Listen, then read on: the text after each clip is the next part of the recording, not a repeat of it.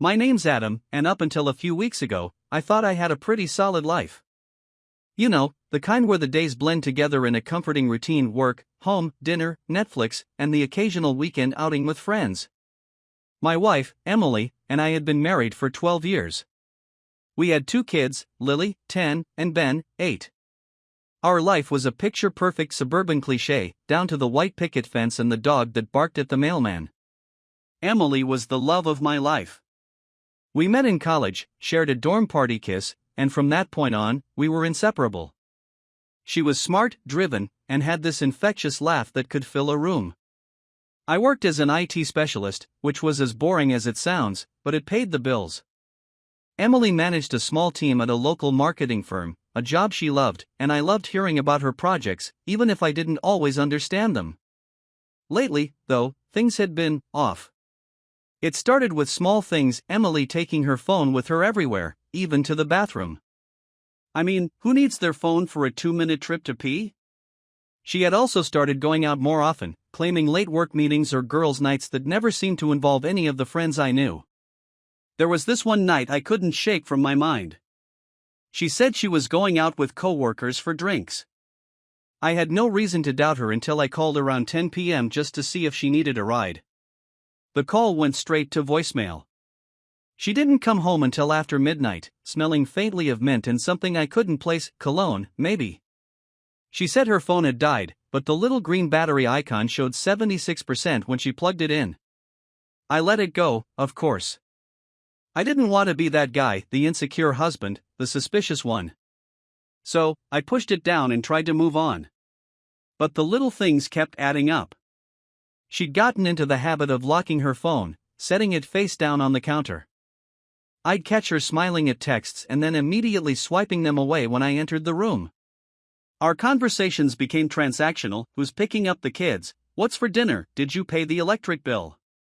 Gone were the long talks over wine, the playful jabs at each other's terrible taste in TV shows.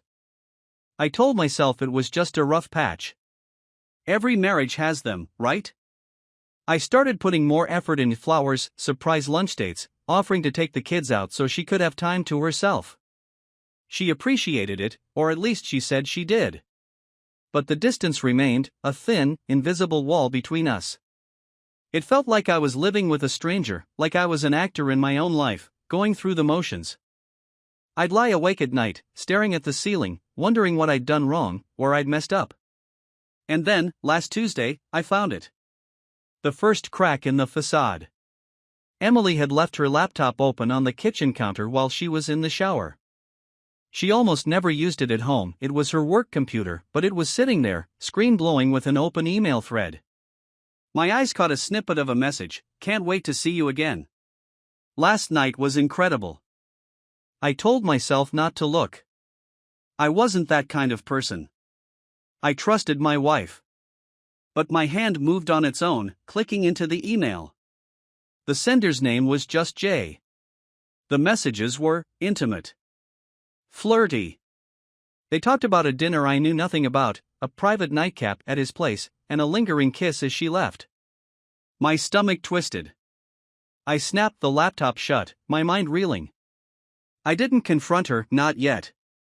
I needed to know more, needed to understand what was happening before I threw my entire world into chaos. For the next few days, I was on autopilot. I watched her closely, noting every time her phone buzzed, every excuse she made to step outside for a call. I felt like a ghost in my own home, invisible and haunting. And then, I decided. If I was going to get the truth, I needed more than a couple of cryptic emails. I needed undeniable proof. I started laying my plans, careful and methodical. I'd get to the bottom of this. I had to. Because if Emily was hiding something, I needed to know before it destroyed me. For the next few days, I lived in a state of constant unease. It was like being underwater. Everything felt heavy and muffled, my senses dulled by the weight of my suspicions. Emily went about her routine, blissfully unaware of the storm brewing inside me. She'd smile at me over her morning coffee, kiss me on the cheek before heading to work, and text me throughout the day, just enough to keep up appearances. But I wasn't the same. I had become hyper-aware of every move she made, every text she sent, every minute she was late coming home. I kept telling myself that maybe I was wrong, maybe I had misread the emails, that I was blowing things out of proportion. After all, Emily had never given me a reason not to trust her until now. I couldn't shake the image of that email thread. Last night was incredible.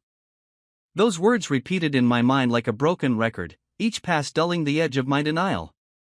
I needed more than just a suspicion. I needed proof. One evening, after the kids were in bed, I brought up the idea of a date night. "We haven't gone out, just the two of us, in a while," I suggested, keeping my voice light. Emily hesitated, her eyes darting away for just a moment before she plastered on a smile. "I'd love to, but this week is so hectic." "Maybe next weekend?" "Sure," I said, the pit in my stomach growing. The next morning, I called in sick to work. I dropped the kids off at school, waved goodbye to Emily as she left for the office, and then I got to work. I started by checking our shared phone bill. My hands shook as I logged into the account. We'd always been open about finances, everything was in both our names. I had never had a reason to go through our call history before. As the page loaded, I felt my pulse thundering in my ears. There it was, a number I didn't recognize, repeated over and over again. Late-night calls, often right after I had gone to bed. Long calls during her lunch breaks. Even a few calls while I was at work and the kids were at school. I dialed the number, blocking my own so it wouldn't show up. It rang twice before going to voicemail. "Hey, it's Jason. Can't get to the phone right now. Leave a message." Jason. The pieces were starting to fall into place, but I still needed more. I spent the rest of the day diving into digital rabbit holes. I checked her social media, looking for any clues. Most of her posts were the same as always, pictures of the kids, funny memes, the occasional selfie. But as I scrolled back through the months, I noticed subtle changes. Fewer pictures of us together, more solo shots. She had always been a sharer, but recently, her posts had become vague, almost cryptic. I decided to take things a step further. I knew it was a breach of privacy, but at this point, I needed answers. I installed a monitoring app on her phone. It felt wrong, like I was the one betraying her, but I justified it with the thought that I had to protect myself, to protect my family. That night, as we sat on the couch watching TV, my phone buzzed in my pocket. I had set up the app to send me notifications whenever she received messages from certain contacts. It was from Jason. "Can't stop thinking about you. When can I see you again?" My stomach twisted, and I forced myself to keep a straight face. I glanced at Emily, who was staring at the screen, her expression perfectly neutral. She didn't reach for her phone. Maybe she had seen the message already, or maybe she had set it to silent. I excused myself to the bathroom, locking the door behind me. My hands were trembling as I pulled up the app on my phone. There were dozens of messages. Most were mundane, discussing work or day-to-day things, but sprinkled throughout were messages that made my blood run cold. "I loved waking up next to you. Can we meet again Friday? Adam's working late. You looked so beautiful this morning. I couldn't keep my hands off you." I had to bite down on my fist to keep from crying out. My vision blurred, and I sat down on the edge of the bathtub, struggling to breathe. This was it, the truth, raw and undeniable. She was cheating on me. For a few minutes, I just sat there, staring at my phone. I felt detached, like I was watching this happen to someone else. My entire marriage, my life as I knew it, was unraveling in real time. When I finally stood, my knees felt weak. I splashed cold water on my face, forcing myself to look in the mirror. I barely recognized the man staring back at me. There was a wildness in my eyes, a desperation I had never felt before. I needed more. I needed to catch them. The next day, I told Emily I had to work late. I said we were dealing with a server issue, and I might not be home until after midnight. She barely blinked, simply offering me a quick kiss on the cheek before ushering the kids out the door. I watched from my car as she pulled away, my mind racing with possibilities. I waited 10 minutes, then followed her. she didn't go to work. Instead, she drove across town to a small apartment complex. I parked a few spaces back, keeping my head down as she climbed out of the car. Jason was waiting for her. They hugged, then kissed right there in broad daylight, as if they had nothing to hide. I fumbled for my phone, snapping pictures through the windshield. The proof. Hard evidence. I watched as they disappeared into the building. I sat there for nearly 2 hours, every minute a fresh stab of pain. I couldn't bring myself to follow them inside. I didn't need to. I already knew what was happening behind those closed doors. When Emily finally emerged, her hair tousled, her clothes slightly wrinkled, I felt a fresh wave of nausea. She climbed into the car, checked her reflection in the mirror, and drove away. I stayed behind, staring at the door she had walked through, wondering what my next move should be. When I finally drove home, it was dark. The kids were already in bed. Emily was in the kitchen, humming softly as she cleaned up. She smiled when she saw me, but I couldn't return it. "Long day?" she asked. "The longest," I said, my voice hollow. I kissed her on the cheek, the same way she had kissed me that morning. Cold. Empty. Fake. I went to bed that night, my mind racing. I had the proof I needed, but what would I do with it? Would I confront her? Would I tell the kids? Would I burn it all to the ground or try to piece it back together? I didn't sleep. I lay there, staring at the ceiling, waiting for the sun to rise. Waiting for the next chapter of this nightmare to begin. That night, sleep was out of the question. My mind was a storm of emotions: rage, betrayal, sorrow. Every time I closed my eyes, I saw them together, replaying the scene outside that apartment building over and over again. I could still see the way Jason's hands gripped her waist, how Emily leaned into him, completely at ease. It felt as if the universe had shifted, leaving me trapped in a parallel world where nothing made sense. Lying next to her, with only a sliver of space between us in our bed, I could hear the gentle rhythm of her breathing. It was almost peaceful, too peaceful. I wondered how she could sleep so soundly, so innocently, while my entire world was unraveling. I wanted to shake her awake, to scream the truth in her face, but I couldn't. Not yet. The next morning was painfully ordinary. Emily woke up, stretched, and gave me a sleepy smile. "Morning," she said, her voice soft. "Morning," I replied, my own voice sounding distant to my ears. She shuffled off to the bathroom, and I just lay there, staring at the ceiling. My mind raced through scenarios, each one more volatile than the last. Should I confront her now? Should I wait until the kids were at school? Should I record it? Would I even be able to get through it without breaking down? I forced myself out of bed and went through the motions of our morning routine. I made breakfast, packed the kids' lunches, and walked them to the bus stop. Emily was on her phone, typing away with a small smile on her lips. It was like I wasn't even there. When the kids were gone, the silence in the house was deafening. I stood in the kitchen, hands braced against the counter, gathering the courage to do what needed to be done. "Emily," I called out. She was in the living room, still on her phone. She looked up, her expression curious. "Yeah? We need to talk." A shadow of concern crossed her face, but she masked it quickly. She set her phone down and folded her hands in her lap. "What's up?" I took a deep breath, feeling the weight of the moment press down on me. "Who's Jason?" Her reaction was subtle, a quick blink, a tightening of her fingers, but I saw it. Her mind was working, calculating. "What do you mean?" she asked, her tone too casual. I felt a surge of anger, hot and uncontainable. "Don't play dumb, Emily." "I know." Her face went pale. She opened her mouth, closed it, then tried again. "Adam, I don't know what you're talking about." I pulled my phone from my pocket, opened the photo gallery, and turned the screen toward her. The image of her and Jason locked in an embrace filled the screen. Her eyes widened, and her lips parted in a silent gasp. "Adam." "No," I cut her off. "Don't. I want the truth. Now." She stared at the photo, as if hoping it would disappear if she just blinked hard enough.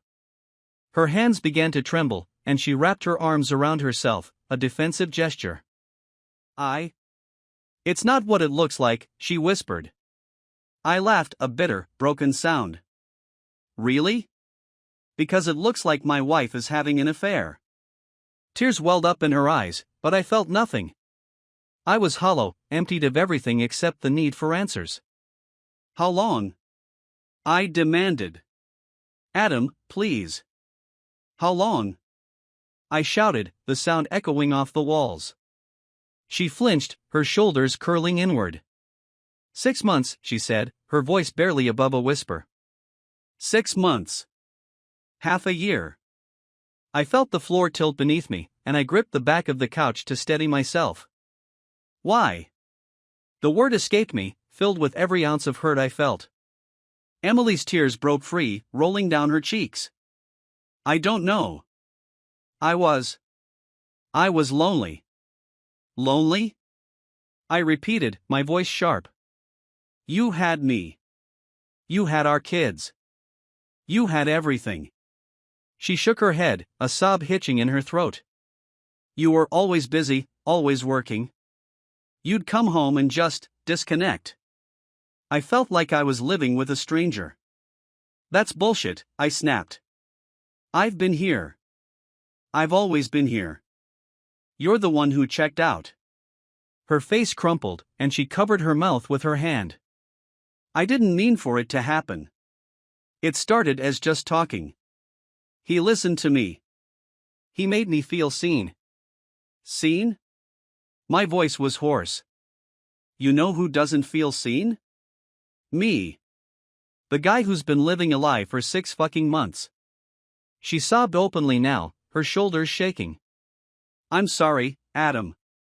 I'm so sorry. I wanted to comfort her, to hold her and tell her it would be okay, but I couldn't. The image of her with Jason, the texts, the lies, all of it was a barrier I couldn't cross. Did you sleep with him? I asked, needing to hear her say it. Her silence was answer enough. I turned away, my hands clenched into fists. I can't believe this. After everything. How could you? I never wanted to hurt you, she choked out. I love you. I spun back to face her, anger flaring. You don't get to say that. Not now. She stood, reaching for me, but I backed away. Please, Adam. Let me explain. There's nothing to explain. You betrayed me. You lied to me, to our kids. Do they know? Do they have any idea what kind of person their mother is? She shook her head violently. No. No, they don't know. I would never. Save it. I was done. My voice was cold, detached. I want you out. Now. Her eyes widened in fear. Where will I go? I don't care. Go to Jason's. I'm sure he'd love to play house with you. She started to argue, but I was already walking away. I went upstairs, grabbed a duffel bag, and began stuffing clothes into it. I couldn't stand to be in the same house as her, not after what I had seen, not after what I had heard. Downstairs, I heard her sobbing, but I blocked it out. I moved on autopilot, grabbing what I needed and heading for the door. Adam, please, she called out, but I didn't stop. As I stepped outside, the cold air hit me, sharp and bracing. I drew in a deep breath, letting it fill my lungs. I felt something shift inside me, a sliver of clarity amidst the chaos. I climbed into my car, started the engine, and pulled away from the house. I didn't know where I was going, but I knew I couldn't look back. Not yet. This was the end of something. But maybe, just maybe, it was the beginning of something else. I drove without direction, my knuckles white against the steering wheel. The quiet hum of the engine was the only sound, but my mind was anything but silent. Thoughts collided violently: rage, hurt, disbelief. I replayed the confrontation with Emily over and over, each iteration sharpening my anger into something dangerous. When I finally pulled over, I found myself in the parking lot of a nondescript strip mall. The kind with a dry cleaner, a liquor store, and a pawn shop, all crammed together in a row of fading signs and cracked asphalt. It was raining now, light droplets speckling the windshield, blurring the world outside. I welcomed the obscurity. My phone buzzed on the passenger seat. I knew who it was without looking. Emily had already called me 5 times since I walked out. Each missed call was a reminder of how far we'd fallen. The screen lit up again, her name blaring at me. I hit ignore and opened the glove compartment, fishing out the half-empty pack of cigarettes I'd hidden there months ago. I hadn't smoked in years, but the old habit was the closest thing to comfort I could find. The first drag was harsh, burning my throat and filling my lungs with acrid smoke. I coughed, then inhaled again, forcing the sensation to drown out everything else. I sat there, letting the smoke curl around me, staring blankly at the neon open sign of the liquor store. I thought about drinking. About drowning the pain in a bottle of whatever was cheapest. But I knew that wouldn't help. I needed clarity, not more fog. I needed to think. What the hell was I going to do? Divorce seemed like the obvious answer. She had betrayed me, there was no coming back from that. But then I thought about Lily and Ben. About how their lives would change, how I would explain this to them. I imagined their faces, the confusion, the hurt. It made my chest tighten. Could I forgive her? Could we move past this for the sake of the kids? I laughed bitterly at the thought. Forgiveness? I wasn't sure I'd ever be capable of that. Not after what I'd seen. The memory of her kiss with Jason flashed behind my eyes, raw and searing. No. Forgiveness was off the table. But revenge. Now that was something I could wrap my head around. I stubbed out the cigarette and started the car, the engine rumbling to life. My mind began to churn, strategies forming in the shadows of my thoughts. I was methodical by nature, my job as an IT specialist had trained me to approach problems with logic and precision. If I was going to burn my marriage to the ground, I was going to do it right. I spent the next few hours at a diner on the edge of town. It was nearly empty, the kind of place where the coffee tasted like burnt water and the waitress called everyone Han. I nursed a cup of that bitter coffee and wrote down everything I knew. Every detail of Emily's affair, every piece of evidence I had. I logged into the monitoring app on my phone, scrolling through the messages again. I saved screenshots, backed up files, and forwarded emails to a private account. I needed everything in one place. I couldn't afford to make mistakes. Between sips of coffee, I began to sketch out my plan. There were a few different routes I could take. I could go for scorched earth, tell everyone, from her parents to the PTA moms, what she had done. I could send those photos to Jason's wife, assuming he had one, or even to his workplace. I imagined the fallout, the way their perfect little world would implode. But there was a quieter path, too. A more surgical strike. I could meet with a lawyer, use the evidence to secure the best possible outcome for myself and the kids. Get full custody, minimize any financial fallout, and leave her with nothing but regrets. It was tempting. By the time the waitress refilled my coffee for the 3rd time, I had made my decision. I'd do both. I'd hit her where it hurt, but I'd do it smart. I wouldn't let my rage make me sloppy. I pulled out my phone and started making calls.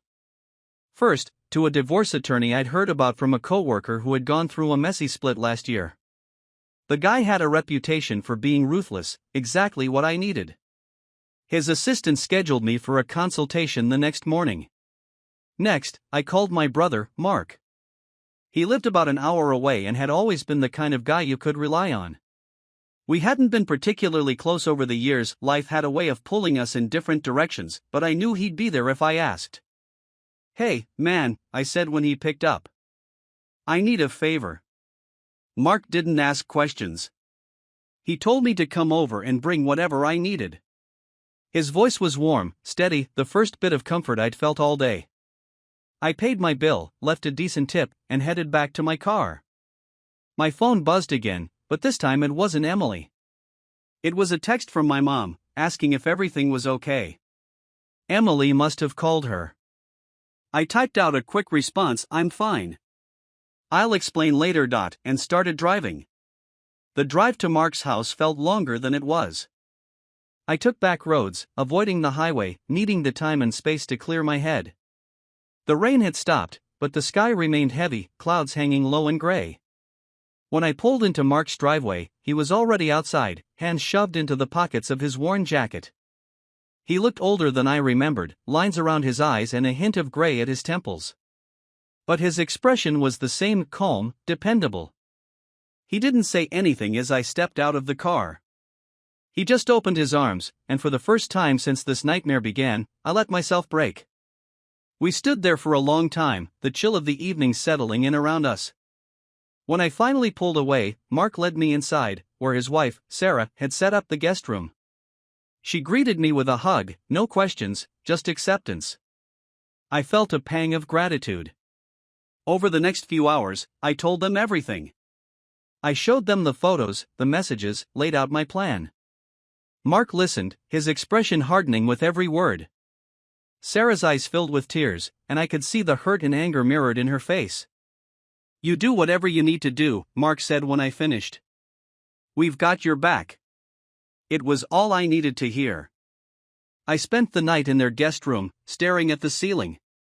My mind ran through the plan, checking for holes, refining the details. I knew that tomorrow would be the first step toward reclaiming my life, but it wouldn't be easy. I thought about Emily, about how she would react when I served her the divorce papers. I imagined the shock, the fear. I thought about Jason, about what would happen when his life unraveled, too. And through it all, a strange sense of calm settled over me.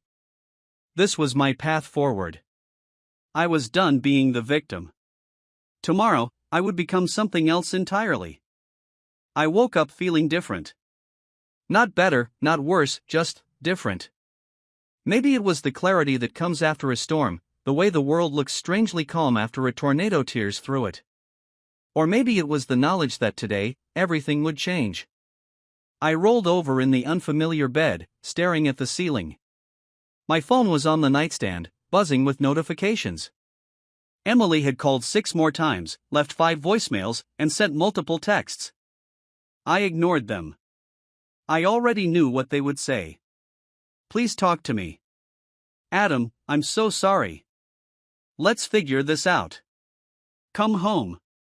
Please. We need to talk." We would talk, but on my terms. I pulled myself out of bed, stretched, and took a deep breath.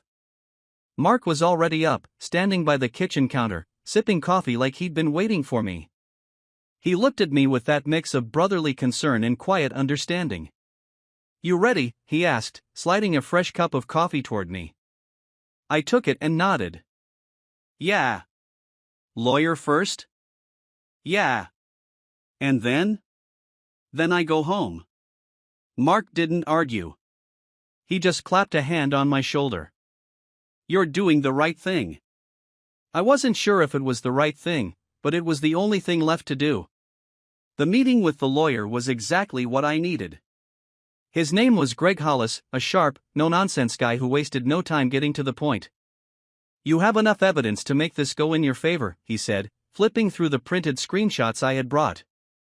"With these texts, the photos, and your monitoring records, you can push for full custody of the kids." I swallowed. Would the court see it that way? Greg leaned back in his chair, steepling his fingers. "Judges don't like cheaters, Adam. Especially when the affair is so blatant. If you want full custody, we fight for it." I exhaled slowly. I don't want to punish her more than necessary. But I want my kids safe. Then we make sure you get primary custody. We can also protect your assets. She cheated, she lied, she doesn't get to walk away with half of everything. You have leverage. Leverage. The word made me feel powerful for the first time in days. I nodded. "Let's do it." Greg handed me the papers. "You'll need to serve these to her personally or have a process server do it. Your choice." I didn't hesitate. "I'll do it myself." Greg raised an eyebrow. "You sure?" "I need to see her face when she realizes it's over." he nodded, sliding the folder across the desk. Then good luck. By the time I pulled into my driveway, my hands were steady, my heartbeat slow and even. I wasn't scared anymore. The doubt, the grief, the hesitation, all of it had been burned away. I stepped out of the car and walked up to the door. My key still worked, but I hesitated before using it. Instead, I knocked. A moment later, Emily opened the door. She looked awful. Her hair was messy, her face puffy from crying, her eyes red-rimmed and desperate. She stared at me for a long second, as if afraid I was an illusion that would disappear if she blinked. "Adam," she whispered. I held up the envelope. "Divorce papers." Her face crumbled. "No, please." I pushed the papers into her hands. "Read them. Then sign them." Tears welled up in her eyes, spilling onto her cheeks. "We can fix this. We can go to counseling. We can." "No," I cut her off. "We can't." She shook her head violently, gripping the papers like they might vanish. "You don't understand." "Oh, I understand perfectly," I snapped. "I understand that you lied to me. That you snuck around for months while I trusted you. That you kissed another man while I was home taking care of our kids." She flinched, guilt flashing across her face. "It wasn't just about Jason," she choked out. I froze. "What?" Her hands trembled as she gripped the divorce papers. "It wasn't just about him," she repeated. "It was about me. About how lost I felt. How invisible I was." Invisible. There was that word again. I let out a humorless laugh. "You weren't invisible, Emily. I saw you every damn day. I loved you. I built my life around you." She sobbed, clutching her arms. "Then why did I feel so alone?" I shook my head. "That's not an excuse." She wiped her eyes, looking up at me with sheer desperation. "I was scared, Adam.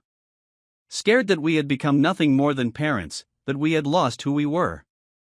And Jason, he reminded me of something I thought I lost." I clenched my jaw, forcing myself to stay calm. "So instead of talking to me, you slept with him?" She swallowed hard. "I thought I could keep it separate. That it wouldn't affect us."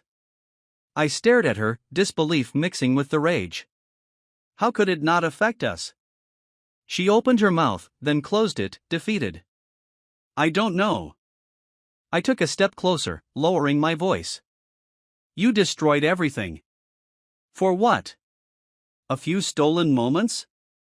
A fantasy?" Tears streamed down her face. "I don't know," she whispered. Silence stretched between us. Then I spoke, my voice cold. "I'm taking the kids." Her breath hitched. "No. No, Adam, please. They deserve stability. And you? You need to figure out who the hell you are before you drag them into your mess." She looked at me, her whole body trembling. "Do you hate me?" I exhaled. "I don't know." She nodded slowly, accepting the truth. Then, after a long pause, she whispered, "Would you ever forgive me?" I stared at her, at the woman I had once loved beyond words. The mother of my children. The woman who had shattered my heart. And I answered honestly. "I don't think I can."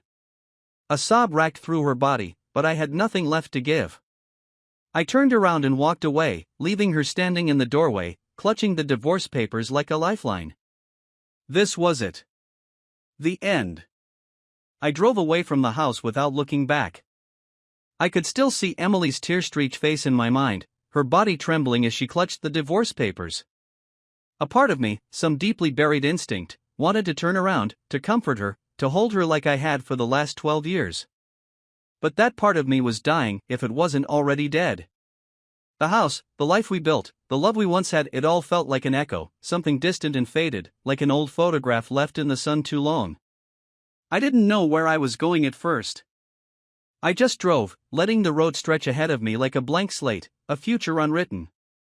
But no matter how far I went, the questions followed. Had I done the right thing? Would the kids be okay?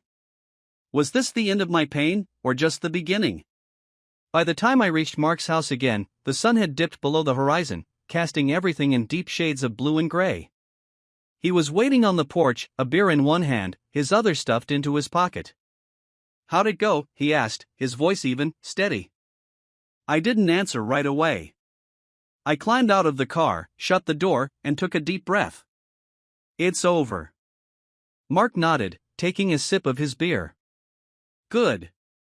Good. It should have felt good. It should have felt like a victory. I had done what I needed to do. I had confronted her. I had ended it. I had the divorce papers in motion. I was going to take the kids. I had won. So why did it feel like I had lost?" The next few days were a blur of logistics.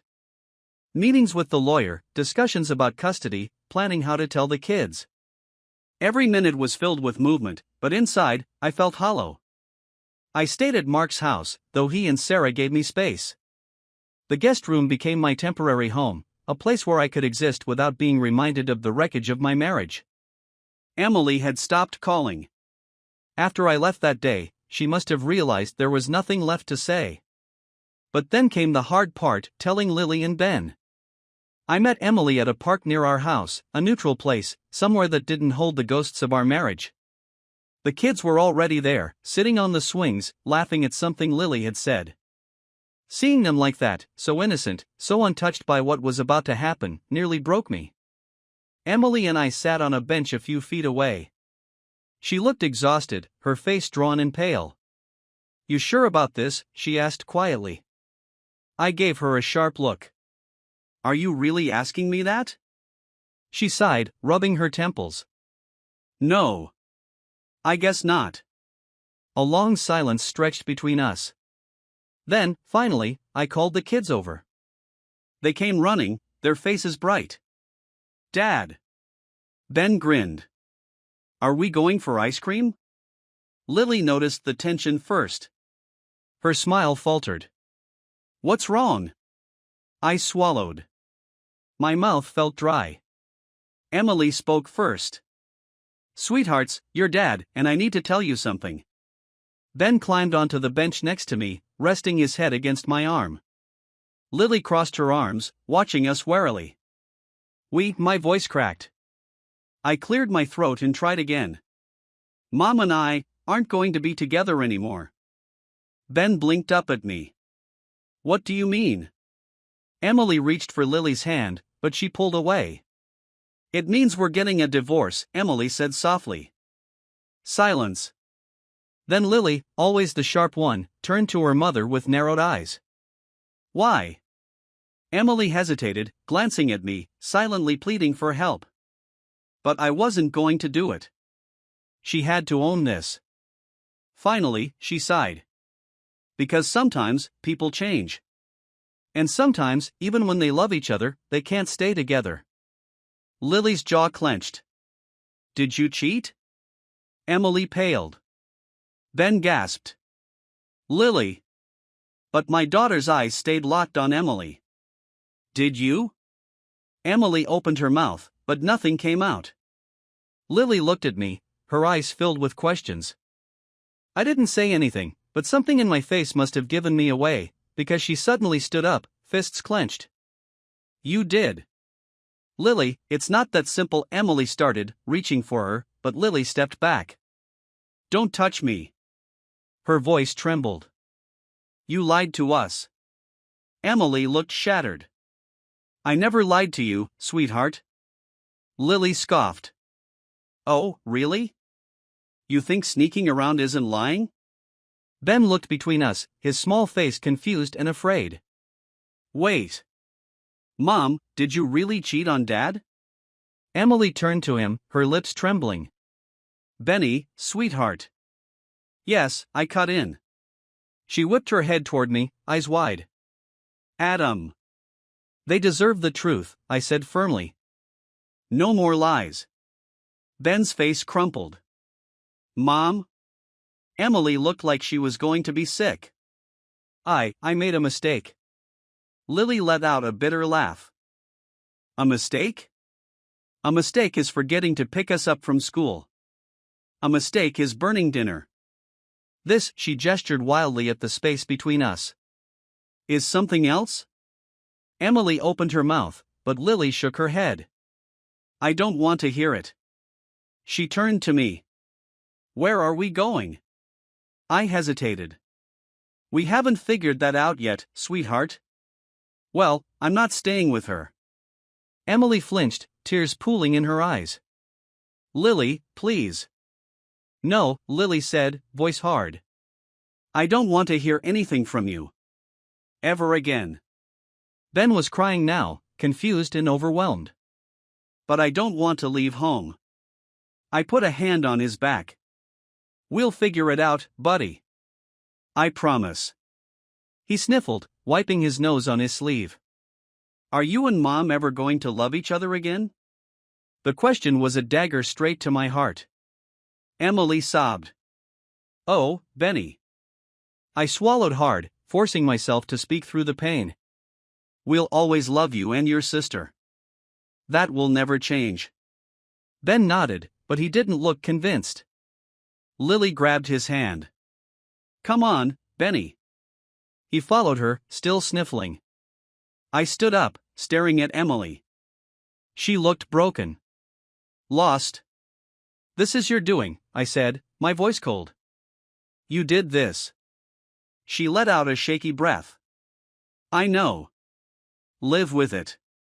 And with that, I turned and walked away, my kids at my side, leaving my past behind. That night, I lay awake in the hotel room with Lily and Ben sleeping beside me. It wasn't a perfect solution, but it was a start.